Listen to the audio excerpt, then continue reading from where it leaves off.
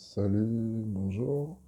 Je vais faire une petite vidéo vite fait sur le fait que par rapport aux rêves et tout, euh, il faut savoir un truc, c'est que quand vous faites des rêves, il faut que vous observiez en fait votre environnement dans lequel vous êtes, les objets, les gens, comment ils sont habillés, l'ambiance du rêve, d'accord?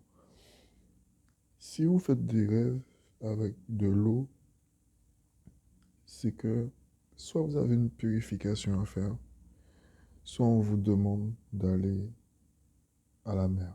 D'accord? Mais l'eau aussi, c'est la noyade.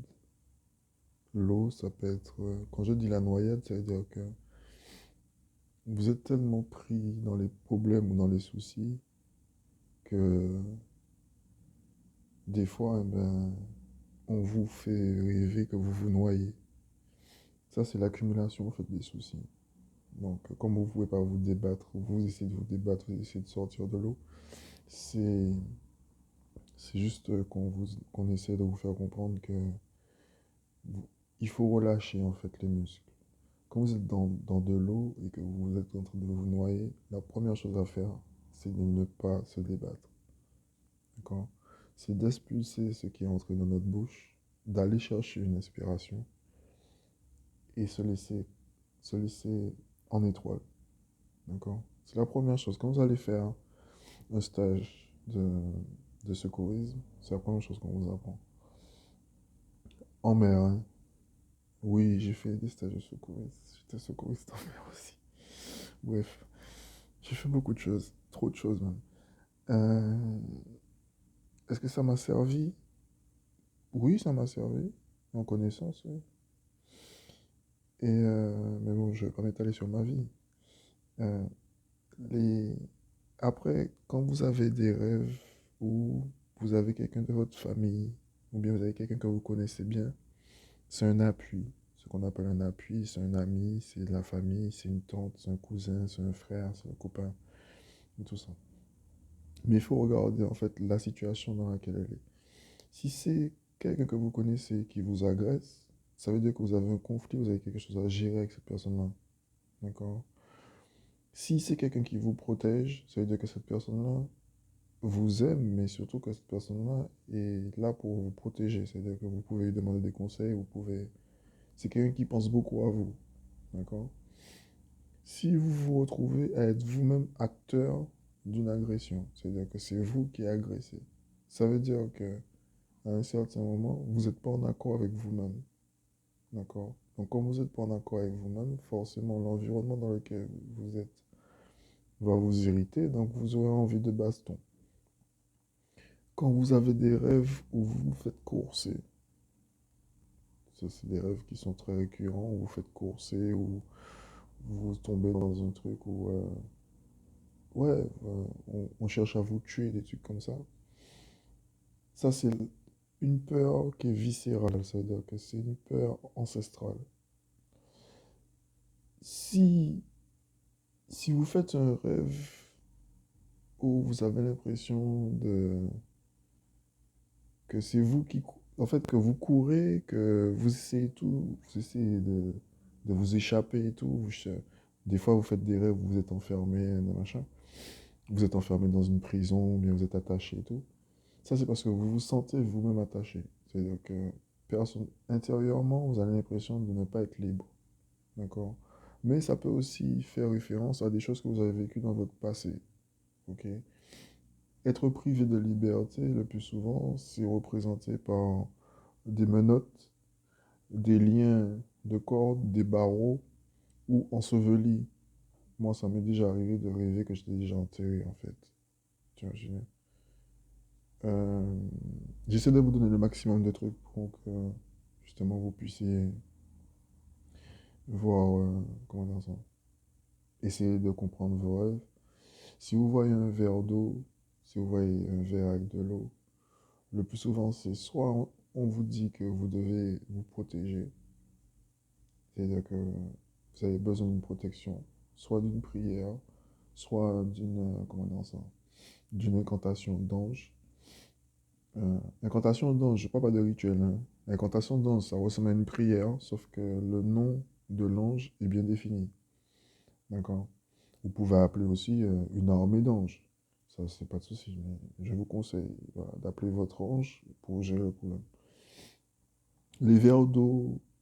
euh, Pourquoi je dis ça? Parce que les verres d'eau hors du rêve, c'est-à-dire que dans la vie quotidienne, si tu places un verre de cristal et de l'eau à côté de toi quand tu dors, ça retient la négativité.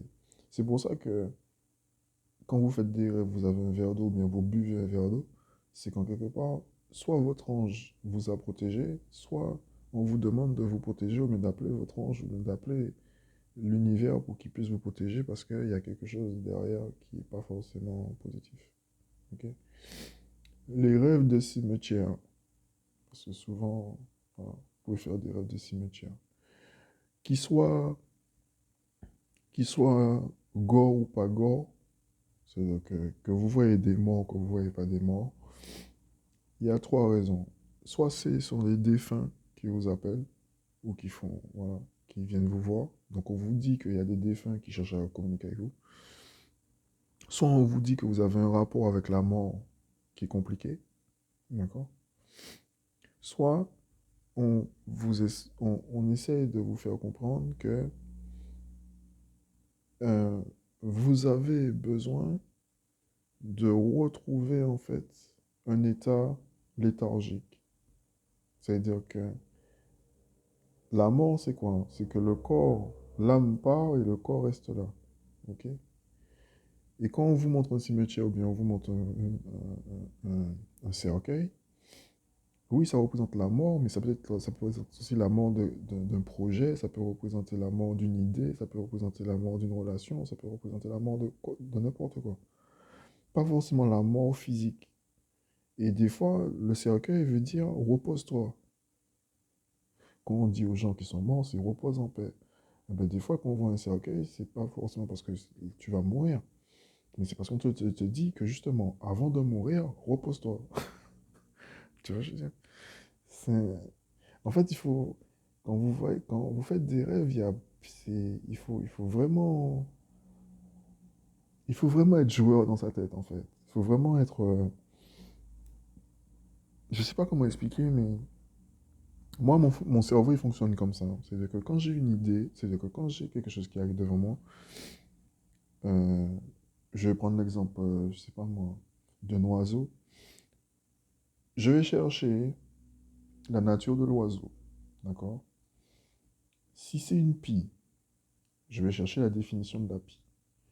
Derrière, je vais chercher toutes les connotations ou toutes les histoires se rapportant à la pie, d'accord? Si je vois une pie dans mon rêve, je vais savoir pourquoi elle est là. Si je vois un corbeau, une chouette, je vais savoir pourquoi elle est là. Pourquoi? Parce que j'ai la définition et j'ai la référence de l'objet. Si je vois un couteau, les couteaux, les fourchettes, les assiettes, ça a une signification. L'assiette, c'est le repas. L'assiette, c'est quelque chose de très personnel. C'est ton assiette, c'est ton repas, c'est toi qui manges. Si tu vois une assiette vide devant toi, c'est que tu es à table et que tu vois une assiette vide. C'est soit on te demande de la remplir, soit on te dit que tu n'as pas. Si tu vois une assiette pleine, tu as un grand banquet et tout, ça veut dire que tu vas forcément avoir de l'abondance, ça veut dire que tu vas peut-être aller dans un repas, ça veut dire que il y a de la joie qui va venir, parce que plus souvent quand il y a des banquets, c'est la joie, c'est l'amusement, c'est la gaieté. Donc il y a plein de petits détails comme ça qu'il faut regarder. Quand on te montre une fraise, la fraise c'est quoi? Le plus souvent quand on montre une fraise, c'est quoi? C'est l'amour, c'est la douceur, c'est le sucre. Donc on te demande justement peut-être de te reconnecter avec ton côté amoureux, ton côté doux, ton côté câlin, tu vois. Quand tu vas voir un avion, tiens. Tu fais un rêve où tu es dans un avion et que l'avion, même s'il est en train de se cracher, ça veut dire que dans ton fond intérieur, tu as envie de voyager.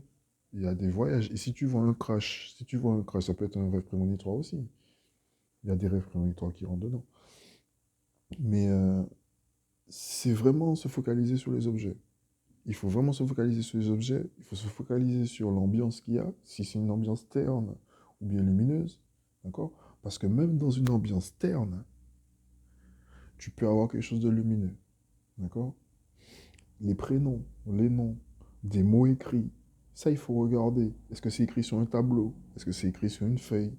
Parce que si c'est écrit sur un tableau, c'est que tout le monde doit le savoir. Si c'est écrit sur une feuille, c'est que c'est pour ta gueule. Ça demande beaucoup de réflexion. En fait, ça demande beaucoup, ouais, c'est ça, de réflexion pour comprendre un rêve. Mais c'est très, très, très facile.